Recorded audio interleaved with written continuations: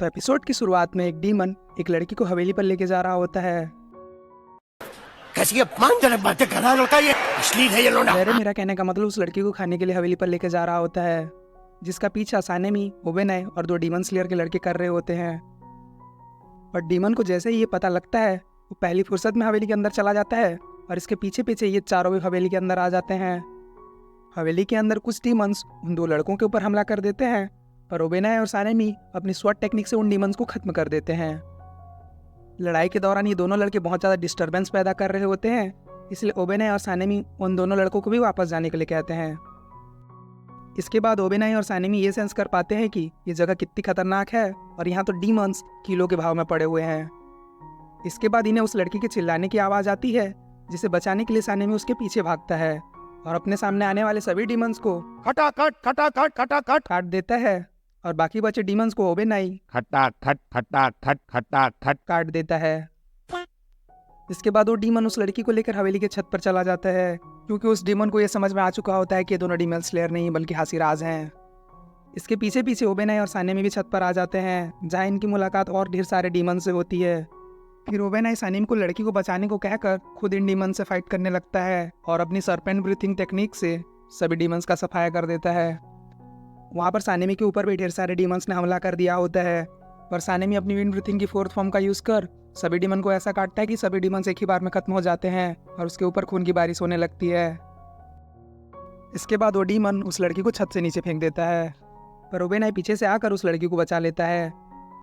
फिर अपनी जान बचाने के लिए वो डीमन भी छत से नीचे कूद जाता है और उसके पीछे पीछे ओबेनाई और सानेमी भी छत से नीचे कूद जाते हैं। फिर हमें इन्फिनिटी कासल की एक झलक देखने को मिलती है, जिसे देखते ही आके सानेमी और ओबेनाई दोनों के होश उड़ जाते हैं। पर सानेमी फिर भी अपनी तलवार के साथ उस डीमन को मारने आगे बढ़ता है, पर तभी इन्फिनिटी कासल की डोर्स बंद हो जाती हैं और सानेमी अपनी तलवार के साथ जमीन पर क्रैश लैंडिंग करता है। अब इन्फिनिटी कासल का दृश्य देखकर ये लोग भी सोचने लगते हैं कि क्या था यो, कौन था यो, गया कहाँ।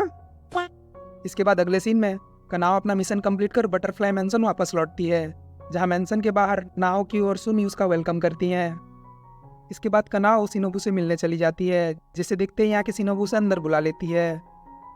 इसके बाद शिनोबू कनाओ को स्वर्डस्मिथ विलेज की लड़ाई के बारे में बताती है और ये भी बताती है कि उन्होंने 2 अपर मून्स को हरा दिया है, और ये भी बताती है कि नेजुको पहली ऐसी डीमन बन गई है जो सनलाइट को झेल सकती है, इसलिए उन्हें और भी ज़्यादा सतर्क रहने की ज़रूरत है, वरना मुजान द माइकल जैक्सन उसे ब्रेकफास्ट में बिना नमक मिर्च के खा जाएगा। इतना बोलते ही शिनोबू यहाँ से हासिरा की इमरजेंसी मीटिंग में चली जाती है और जाते जाते कनाओ को नेजुको की रिस्पॉन्सिबिलिटी भी देकर जाती है। फिर हमें अगले सीन में तांजीरो दिखाया जाता है, जो मित्सुरी की आज्ञा का पालन करते हुए गोटो के सामने खाना ठूस रहा होता है और खाना ठूसते हुए स्वर्डस्मिथ विलेज के लोगों के बारे में पूछता है, जिस पर गोटो उसे कहता है कि उसे इस बारे में भी चिंता करने की ज़रूरत नहीं है, क्योंकि डीमन स्लेयर कॉर्पोरेशन के पास ऐसी सिचुएशन से बचने के लिए एक्स्ट्रा विलेजेस होते हैं, जहाँ इमरजेंसी में लोगों को भेजकर उनकी जान बचाई जाती है। इसके बाद गोटो तांजीरो से नेजुको के बारे में पूछता है, जिस पर तांजीरो बताता है कि नेजुको अभी के लिए ठीक है और उसने सनलाइट को भी कॉन्कर कर लिया है। पर तांजीरो को ये समझ में नहीं आता है कि नेजुको ह्यूमन बन रही है या एक डीमन के रूप में ट्रांसफॉर्म हो रही है। फिर गोटो बताता है कि अब मित्सुरी और मिचुरो को भी होश आ गया है और शायद इसी मामले में बात करने वो हासिरास की इमरजेंसी मीटिंग में गए हैं। फिर हम लोग हासिरास की इमरजेंसी मीटिंग को देखते हैं, जहाँ सब लोग बैठकर मित्सुरी और मिचुरो से उनके ऊपर उनके साथ हुई लड़ाई के बारे में पूछते हैं। फिर वो दोनों बताते हैं कि वो अभी के लिए ठीक है, बोले तो एकदम टकाटक, और उन्हें अपर मून के साथ लड़के भी बहुत मजा आया। इन लोगों की बातों को सुनकर सानेमी को भी अपर मून के साथ लड़ने के चुनचुने काटने लगते हैं और वो मन ही मन बोलता है, ओह गॉड, एक बार दिला दे। सानेमी की बात सुनकर सब लोग उससे कहते हैं कि थम जाता हो, तन्ने भी मिल जाएगा कोई ना कोई अपर मून लड़ने के लिए।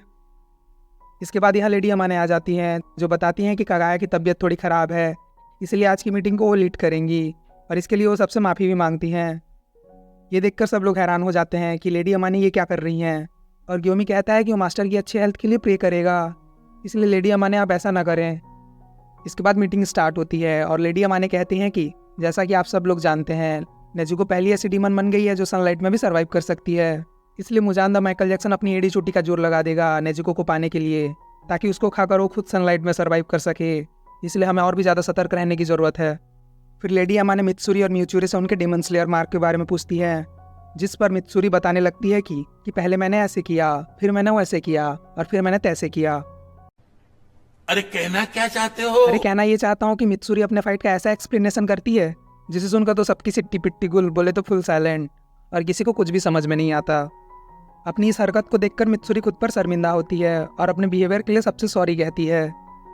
इसके बाद अपना छुटकू हीरो म्यूचुरा बताना स्टार्ट करता है कि स्वर्डस्मिथ विलेज में लड़ाई के दौरान उसकी बॉडी को पॉइजन दे दिया गया था, जिसे उसने अपनी ब्रीदिंग टेक्निक से रोक के रखा था।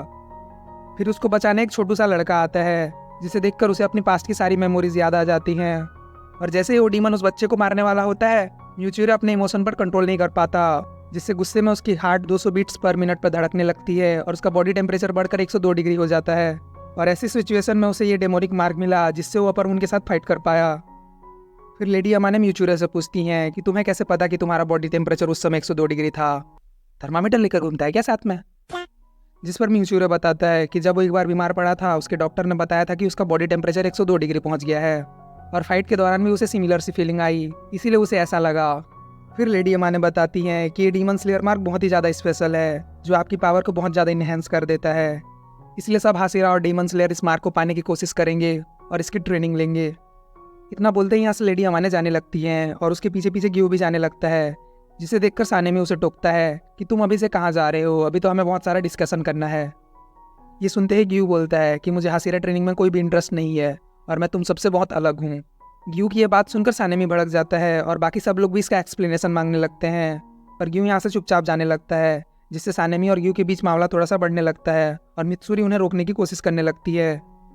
ये देखकर हमारे स्टोन हासिरा अपना छोटा सा स्पेल कास्ट कर देते हैं, जिसके प्रेशर से सबकी बॉडी झंझना उठती है और स्टोन हासिरा इन सबको लड़ने से मना करते हैं।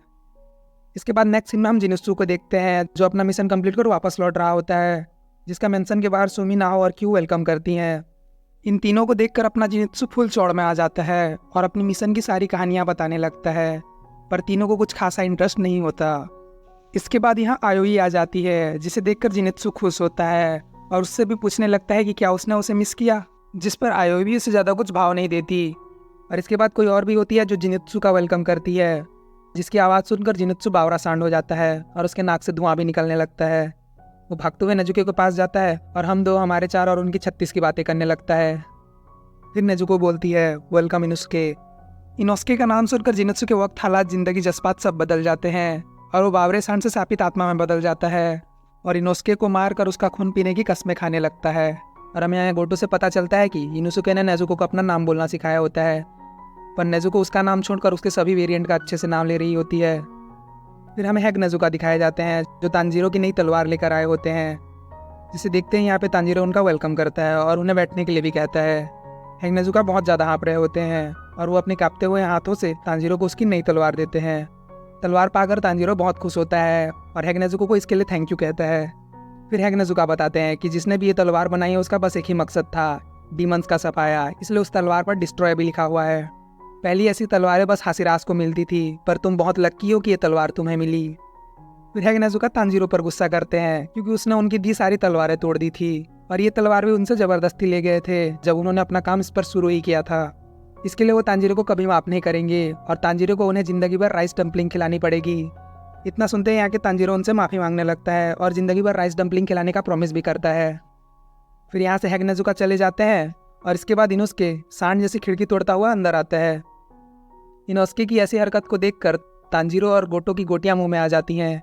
फिर इनोस्के जोर जोर से चिल्लाते हुए उन्हें हासिरा की ट्रेनिंग के बारे में बताता है और खुश होता है क्योंकि अब उन्हें अपने सीनियर से लड़ने का मौका मिलेगा, लेकिन अभी फ़िलहाल उसे भी इस बारे में ज़्यादा नहीं पता। और यहाँ गेनिया परेशान होता है क्योंकि वो ठीक से सो नहीं पा रहा। फिर हमें हासिरा की मीटिंग दिखाई जाती है, जहाँ सबने मिलकर ये डिसाइड किया होता है कि आज से 3 दिन बाद हासिरा की ट्रेनिंग स्टार्ट हो जाएगी और इस ट्रेनिंग में रिटायर्ड हासिरा भी उनकी मदद करेंगे। पर इस मीटिंग में ग्यू नहीं होता है। अब सीन फिर से तांजीरो पर शिफ्ट होता है, जहाँ उससे मिलने जिनित्सु आया हुआ था और हासिरा ट्रेनिंग की बात सुनकर वो तांजीरो पर ही गुस्सा करने लगता है। तांजीरो उसे समझाने की कोशिश करता है कि इसमें उनकी ही भलाई है, पर जिनित्सु कुछ सुनने के लिए तैयार ही नहीं होता है और इसके बाद गुस्से में वहाँ से जाने लगता है। जिससे जाता हुआ देखकर तांजीरो उसे थैंक यू कहता है क्योंकि स्वर्डस्मिथ विलेज में लड़ाई के दौरान उसने जिनित्सु की टेक्निक का यूज़ कर अपर मून से फाइट की थी। जिसे सुनते ही अपना जिनित्सु बिल्कुल खुश, एकदम जॉली जॉली सा हो जाता है। इसके बाद यहाँ तांजीरो का कौवा उसको हेडशॉट मारते हुए एंट्री लेता है और उसको ये खबर देता है कि ग्यू हासिरा ट्रेनिंग में पार्टिसिपेट नहीं कर रहा। फिर हमें 3 दिन आगे का सीन दिखाया जाता है, जहाँ टैजन भगा भगा के सभी डीमन स्लेयर की ट्रेनिंग करा रहा होता है। टैजन की ट्रेनिंग को देखकर सभी डीमन स्लेयर बोल रहे होते हैं मुझे अपने घर जाना है। फिर हमें टेजन की तीनों वाइफ को दिखाया जाता है जो सभी डीमन स्लेयर के लिए खाना बना के लाई होती हैं, पर कोई भी डीमन स्लेयर इस हालत में नहीं होता कि वो ठीक से खाना भी खा सके। और मेरे को ये फ़ोटो किसने भेज दी भाई? फिर अगले दिन हमें लेडी तमायो का घर दिखाया जाता है जहाँ उससे मिलने मास्टर कगाया का कौवा आया होता है। फिर लेडी तमायो पूछती है कि उन्हें उनकी लोकेशन के बारे में कैसे पता। फिर कौवा बोलता है कि उन्हें बिल्कुल भी घबराने की ज़रूरत नहीं है, उसे मास्टर कगाया ने किसी इंपॉर्टेंट काम से उनके पास भेजा है। फिर लेडी तमायो उससे काम की बात करने कहती है, जिस पर कगाया का कौवा बोलता है कि तुम्हारे बताए अनुसार नेजुको ने सनलाइट को अडॉप्ट कर लिया है, इसलिए मास्टर कगाया चाहते हैं कि तुम उनके डीमन स्लेयर कॉर्पोरेशन को ज्वाइन करो और शिनोबु के साथ मिलकर नेजुको पर रिसर्च करो ताकि मुजान जैसे डीमंस को हराने में मदद मिल सके। ये सुनकर लेडी तमायो बहुत हैरान हो जाती हैं क्योंकि वो खुद भी एक डीमन है और उसे डीमन स्लेयर कॉर्पोरेशन कैसे बुलाया जा सकता है। तो आज की इस एपिसोड में इतना ही। सो यो हेलो, एक्चुअली इस वीडियो के लिए मैं बहुत ज़्यादा नर्वस हूँ क्योंकि इस वीडियो में मैंने बहुत कुछ नया ट्राई किया है। So I hope you guys will enjoy.